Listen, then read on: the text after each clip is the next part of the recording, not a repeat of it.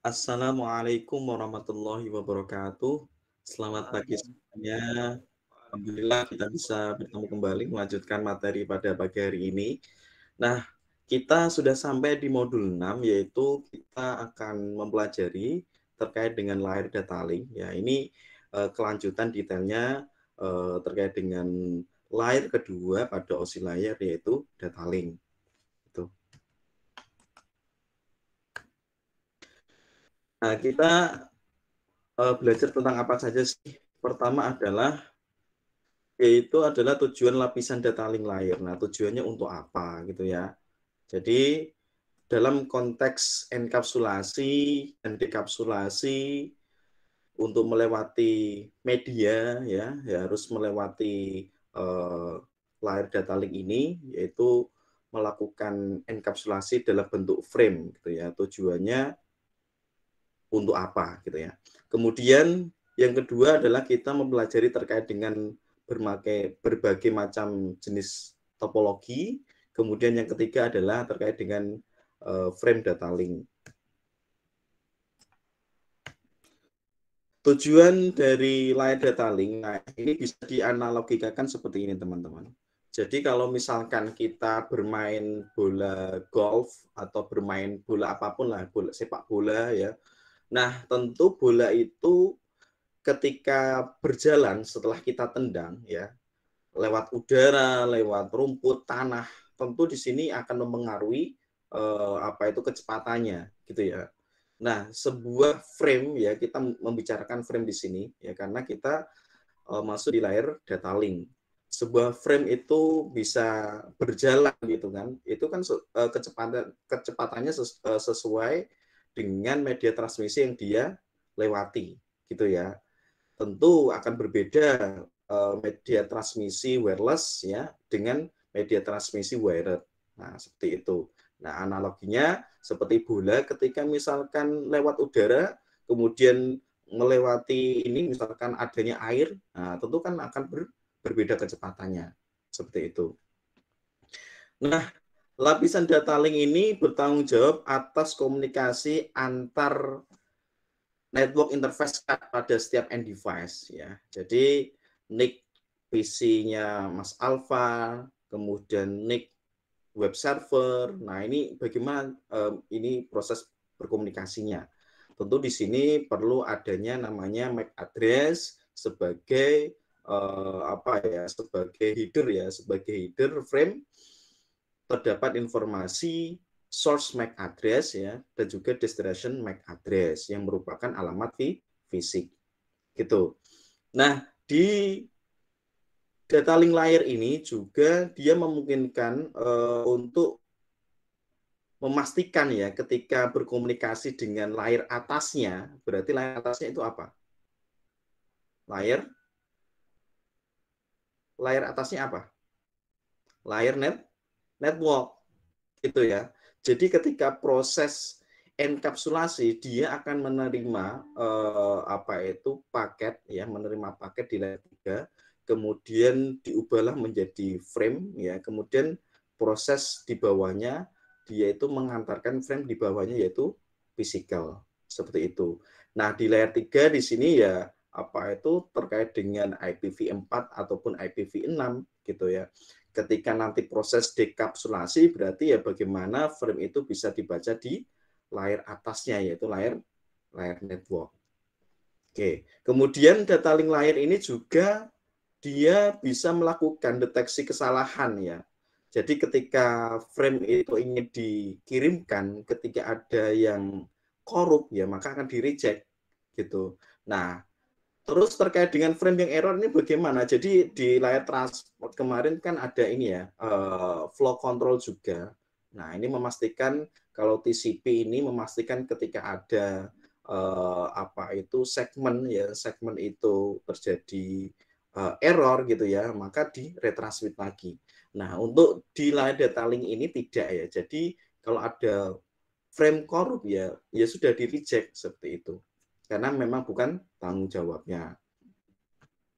Oke, kemudian terkait dengan hal ini bahwa data link layer ini terdapat dua dapat 2 supplier lah gitu ya, sesuai standar IEEE 802. Nah, yang pertama itu apa? Pertama adalah LLC supplier, yang kedua adalah MAC supplier gitu ya.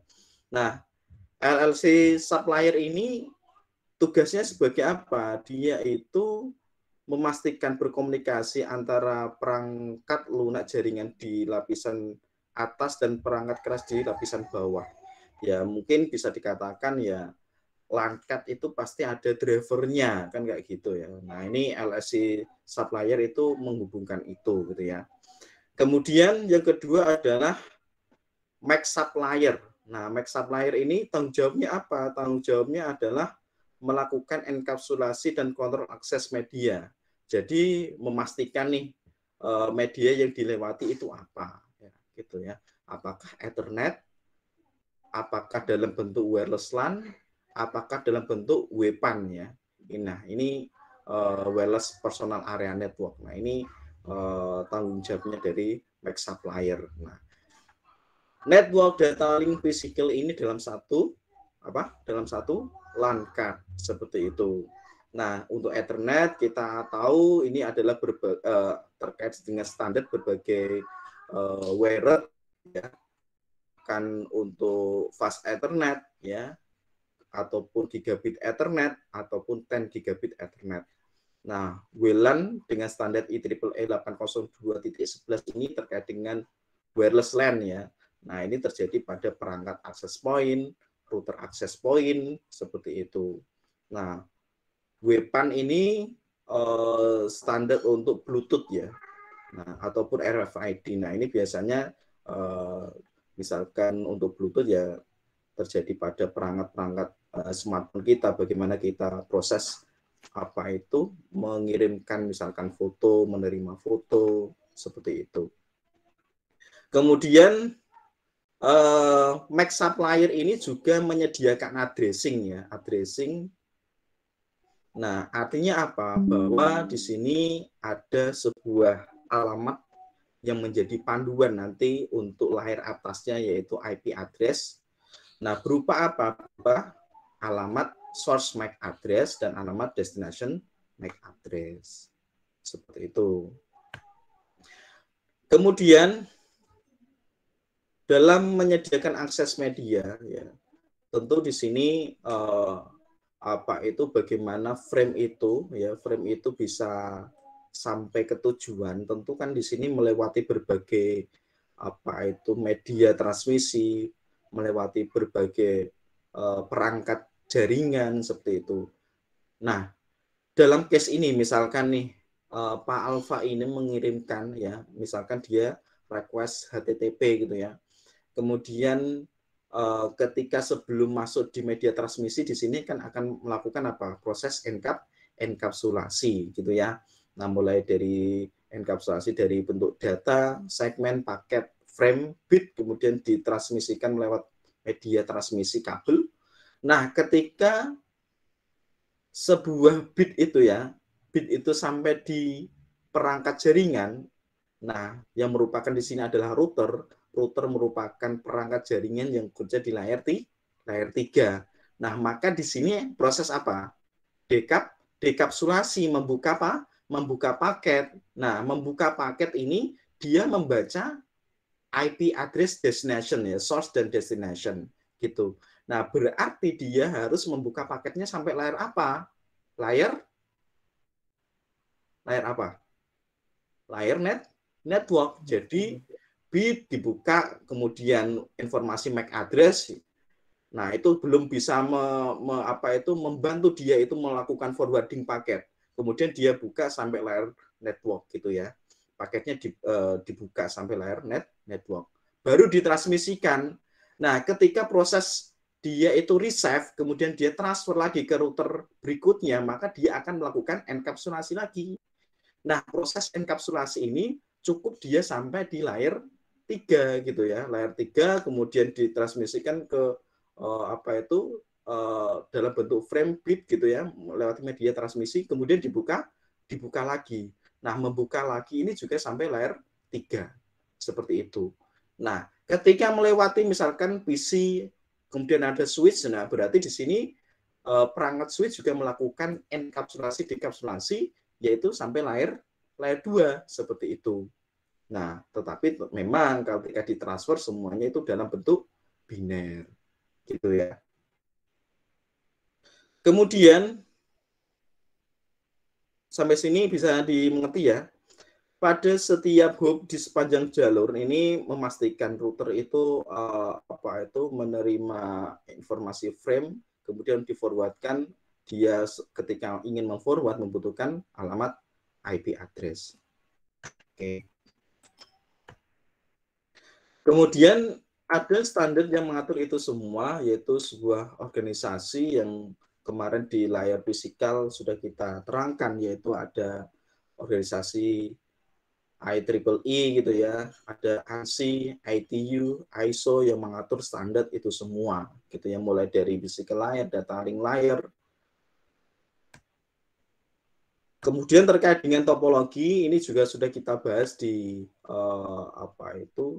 chapter awal ya, bagaimana kita mempelajari physical topologi diagram dan logical topologi diagram.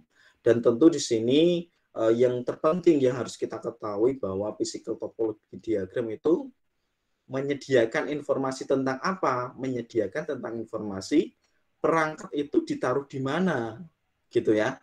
Misalkan web server ini ditaruh di server room ruang 2158. S1 ini ditaruh di ruang mana? 2158. Oke, seperti itu ya, dan seterusnya.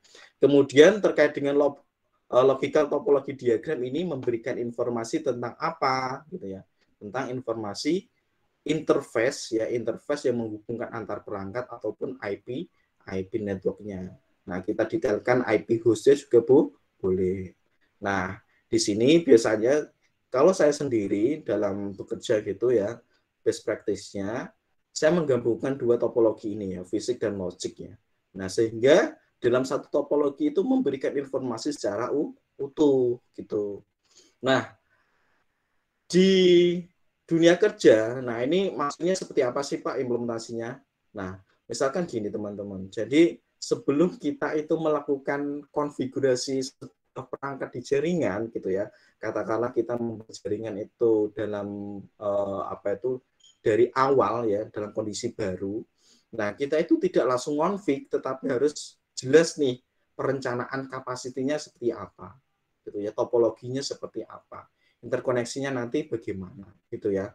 Kemudian setelah topologi kita jadi ya kita memikirkan nanti protokolnya setiap perangkat ini difungsikan sebagai apa. Contoh R1 ini memfungsikan nanti dia melakukan mentranslasikan dari IP private ke IP public gitu ya.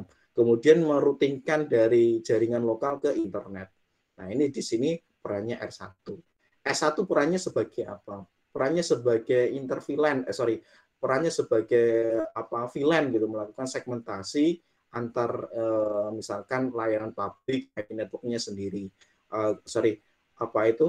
Layanan yang memiliki IP publik, IP networknya sendiri. Layanan yang hanya diakses dari lokal memiliki alamat tersendiri.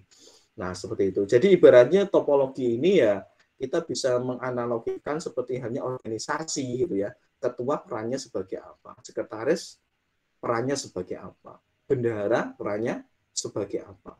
Nah, ini di topologi juga seperti itu. Gitu. Yang terpenting di sini bagaimana di sini menjadi dasar kita ketika nanti kita itu membuat desain arsitektur jaringan. Skala enterprise, ataupun skala menengah, ataupun skala kecil. Kemudian terkait dengan one topologi, ya, jadi di dalam topologi one itu juga terdapat berbagai topologi jaringan ya. Pertama adalah point to point ya, point to point. Kedua ada hub and spoke ya, seperti ini. Jadi ada satu router sentral yang menghubungkan router-router tetangga gitu ya. Entah ini mengarahnya kemana, entah ini konteksnya ini apa itu ke antar gedung ataupun antar kota seperti itu ya. Tinggal cakupan dari topologinya. Yang jelas di sini adalah cakupannya adalah terkait dengan WAN. Ada lagi topologi mesh ya yang menyediakan high capability ya. Jadi bisa dikatakan misalkan topologi kita misalkan di bawah router ini, nah bagaimana topologi misalkan router ini rusak gitu ya, bagaimana perangkat kita ini dihubungkan dengan perangkat lain sehingga bisa menuju ke tujuan. Nah ini tujuannya adalah topologi mesh yaitu untuk menyediakan ketersediaan tinggi. Ya kalau misalkan failed ya ada masalah, masih ada jalur lah, ada jalur lagi. Kalau hari ini putus cinta ya enggak masalah, masih ada kesempatan yang lain lagi. Nah ini adalah topologi mesh. Oke, detailnya di sini bahwa topologi point to point ini secara fisik ya menghubungkan dua node secara langsung ya. Nah ini entah nggak tahu ini bagaimana protokol WAN ini berjalan ya. Yang jelas di sini bagaimana node 1 dengan node 2 gitu ya. Atau misalkan Anda konteksnya adalah misalkan ini node 1 adalah topologi Anda di Yogyakarta, node 2 ini topologi Anda di Solo, seperti itu ya. Bagaimana dua node ini saling berkomunikasi dalam topologi point to point gitu ya.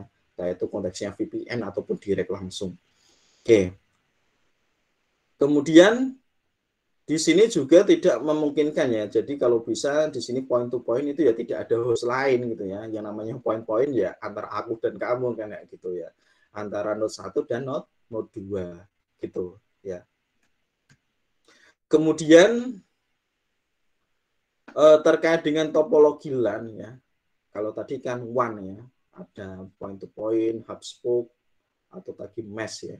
Di dalam topologi LAN sebenarnya juga sama ya, ada point to point, misalkan kita menghubungkan PC 1 ke PC 2 itu juga kita sebut dengan point to point. Kemudian ada topologi lain yang sangat populer di misalkan membuat lab seperti lab Amicom seperti itu ya. Nah, itu menggunakan topologi star ya. Bagaimana menempatkan di sini di tengah-tengah ini adalah perangkat switch sebagai central node, kemudian PC-PC dihubungkan dengan media transmisi tertancap di switch tersebut gitu ya. Kemudian ada extended star topologi, ya ini bisa dikatakan perkembangan dari topologi star gitu ya. Nah, kemudian ada topologi bus ya, kemudian ada topologi ring. Tentu di sini untuk end device saya sendiri belum pernah membuat topologi ini gitu ya, menggunakan kabel koaksial dengan BNC type gitu ya, ataupun N type, belum pernah sama sekali. Memang kebanyakan di dunia kerja ya kebanyakan menggunakan topologi star ini. Nah, justru topologi seperti ring, nah ini malah saya temukan, saya praktekkan itu untuk menghubungkan antar router gitu ya, untuk menghubungkan antar router. Nah, gambarnya seperti apa? Coba saya gambarkan sebentar.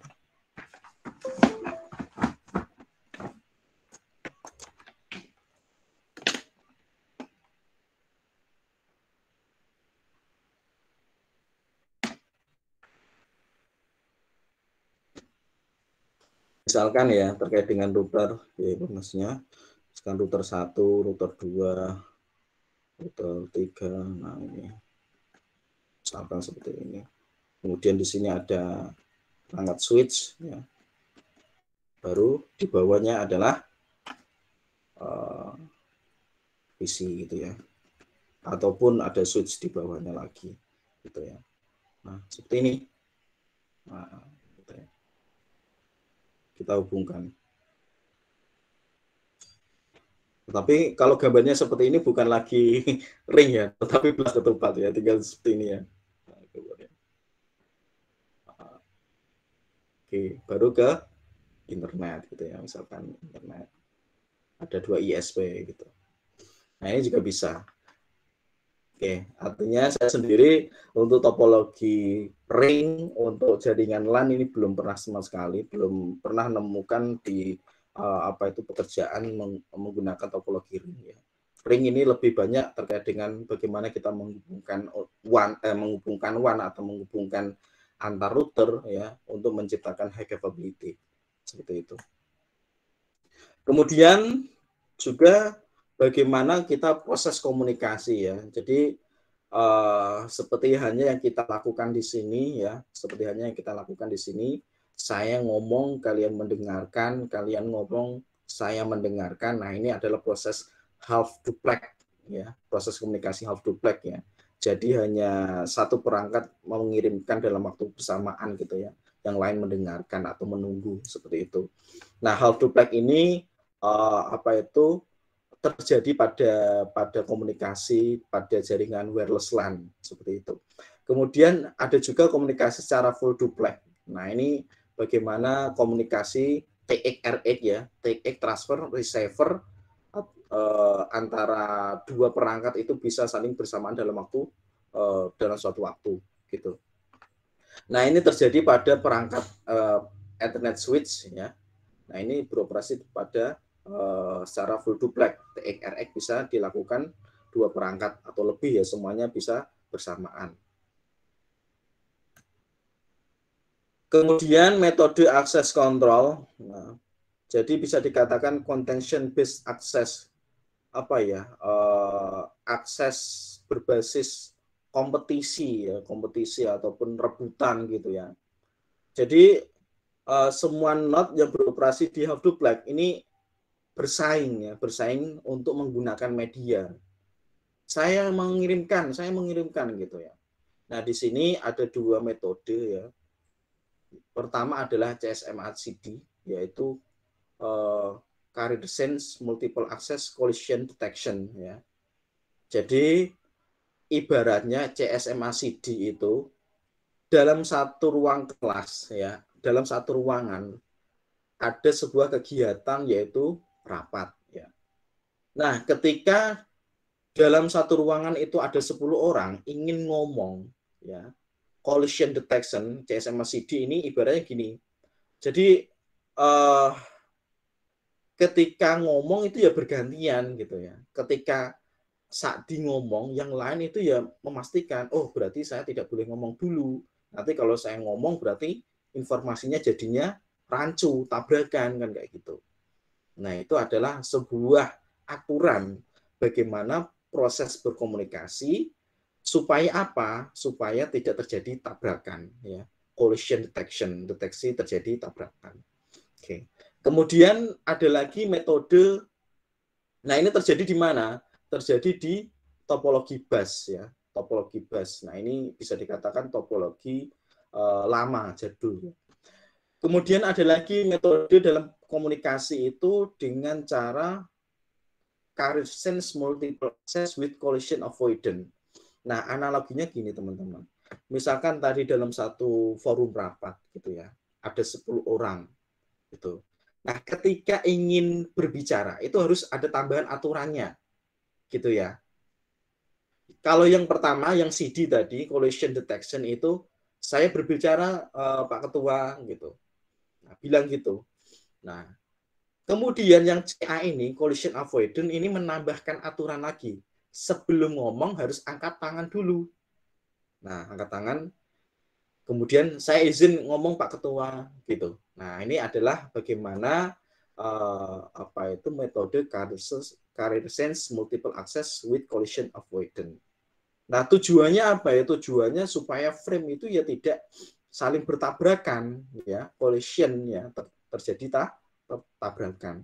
Nah, CSMA-CA ini terjadi pada perangkat wireless. Bagaimana si access point itu merespon perangkat-perangkat end device seperti smartphone kita, laptop kita itu berkomunikasi. Ya walaupun kita sebagai pengguna nggak kerasa kan nggak gitu ya. Jadi katakanlah kita dalam satu meja ada 4 orang semua menggunakan SSID yang sama gitu ya, membuka website Amicom ya semuanya direspon yang sama kan kayak gitu.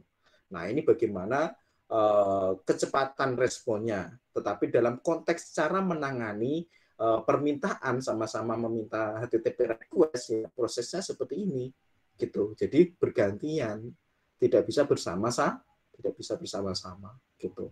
Ya, saya yakin kedepannya perangkat-perangkat seperti itu akan seperti Ethernet switch gitu ya, bisa komunikasi secara full duplex.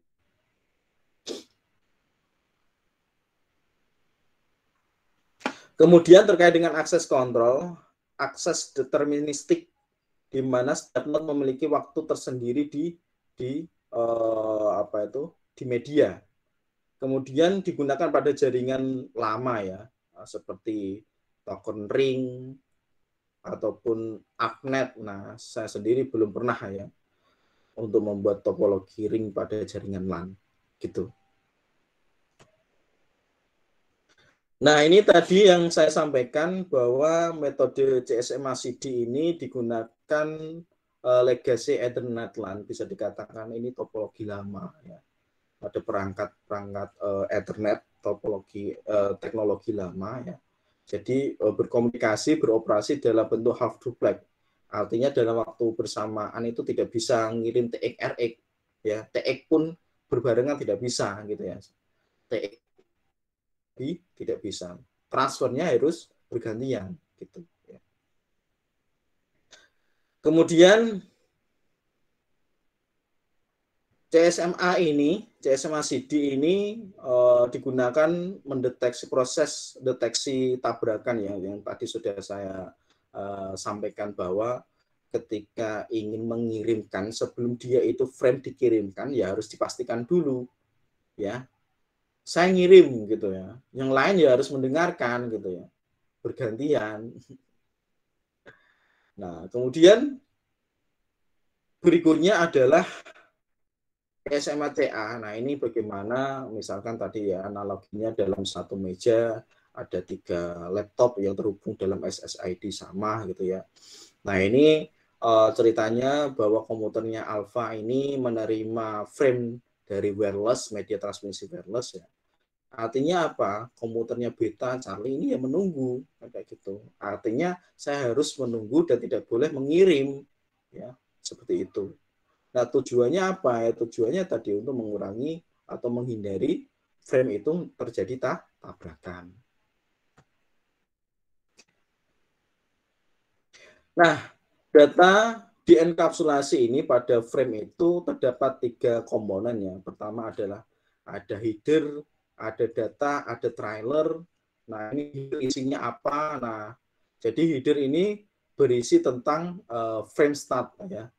Frame itu diawali dari apa? Kemudian ada addressing. Nah, addressing ini berarti apa?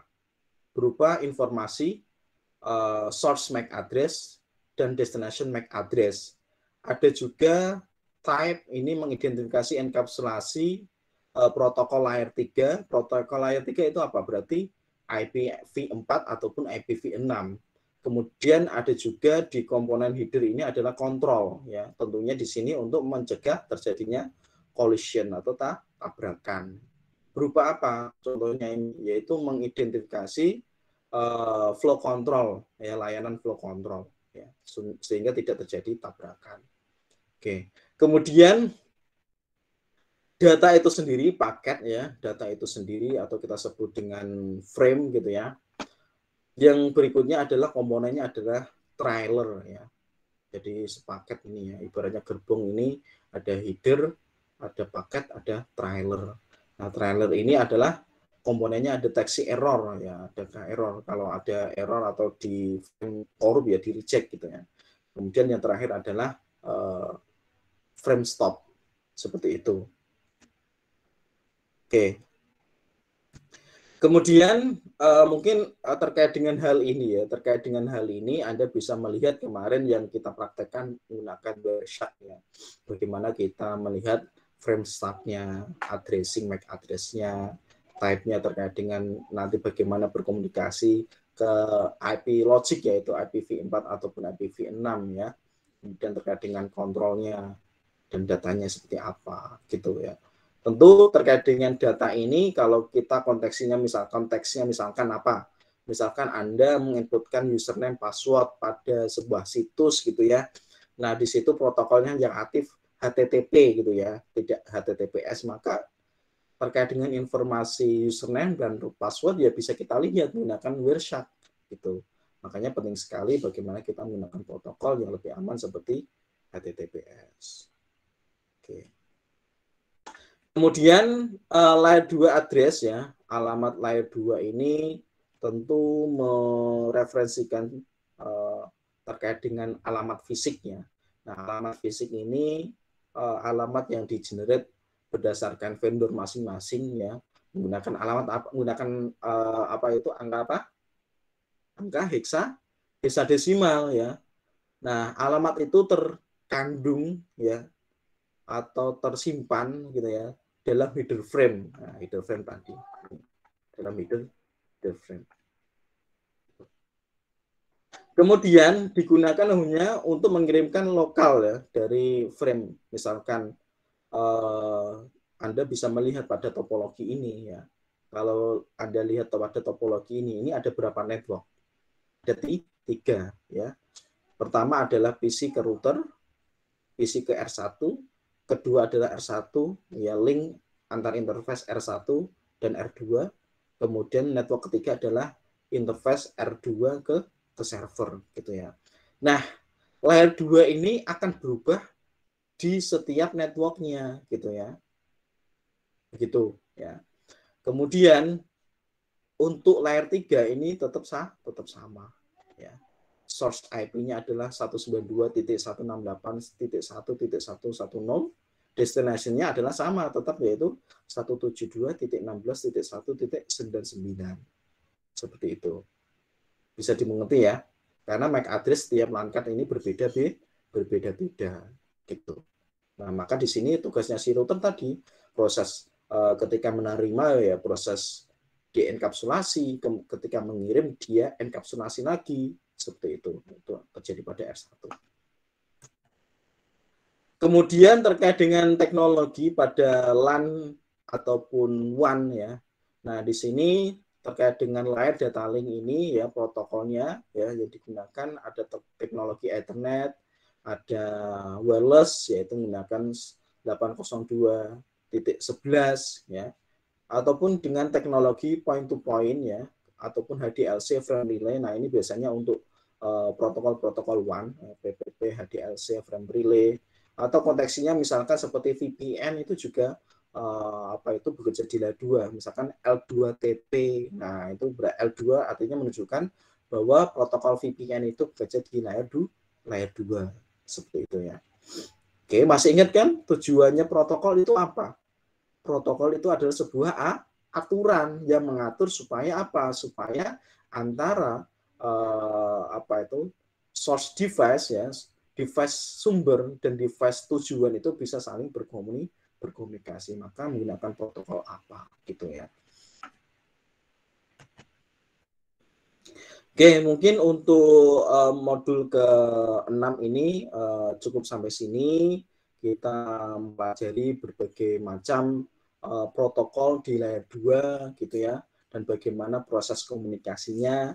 Tadi proses komunikasinya ada aturan yaitu CSMA, Carrier Multiple Access with Collision Detection ataupun Collision Avoidance ya. Nah, kalau sebelum mengirimkan frame itu ya harus memastikan ya bergantian. Kalau saya mengirimkan yang lain ya harus mendengarkan. Kalau collision avoidance tadi apa? Ada sebuah aturan tambahan lagi ya. Sebelum mengirimkan ya ibaratnya sebelum ngomong ya harus angkat tangan dulu. Saya mau mengirimkan nih. Gitu. Angkat tangan dulu. Ya, seperti itu. Baik, seperti itu yang kita pelajari untuk modul hari ini, yaitu modul ke-6. Semoga bisa dimengerti. Untuk modul ke-7, silakan nanti bisa diringkas ya, diringkas.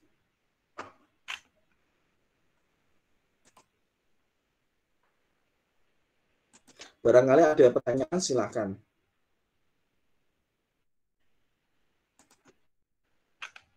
Jelas sih, Pak.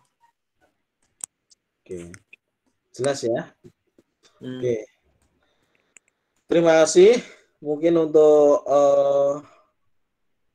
pertemuan ini saya cukupkan sampai hari ini, sampai jam ini ya. Dan saya mau perjalanan nih. Untuk modul ke-7 silakan nanti diringkas. Dari Netacad ya materinya, Netacad dibuka ya. Sudah buka belum? Saya lihat ini kok belum ada yang mengerjakan ujian ya. Sudah ada 2 grup exam yang harus dikerjakan. Nah itu silakanlah dibuka netacad.com-nya ya, saya ingatkan. chapter 1, 2, 3 kan ada satu ujian yang silakan itu dikerjakan. Nah, kemarin saya itu ada case Mas Yusuf ya. Mas Yusuf itu belum bisa login. Nah, itu enggak tahu tuh kenapa itu. Saya tanya ke instruktur yang lain juga gitu ya. Jadi memang fitur untuk instruktur itu tidak ada ya, tidak ada apa itu. Tidak ada fitur riset ya. Jadinya ya di riset menggunakan email sendiri ya, mengarahkan email sendiri. Seperti itu. Baik, kalau tidak ada kita akhiri. Assalamualaikum warahmatullahi wabarakatuh. Waalaikumsalam.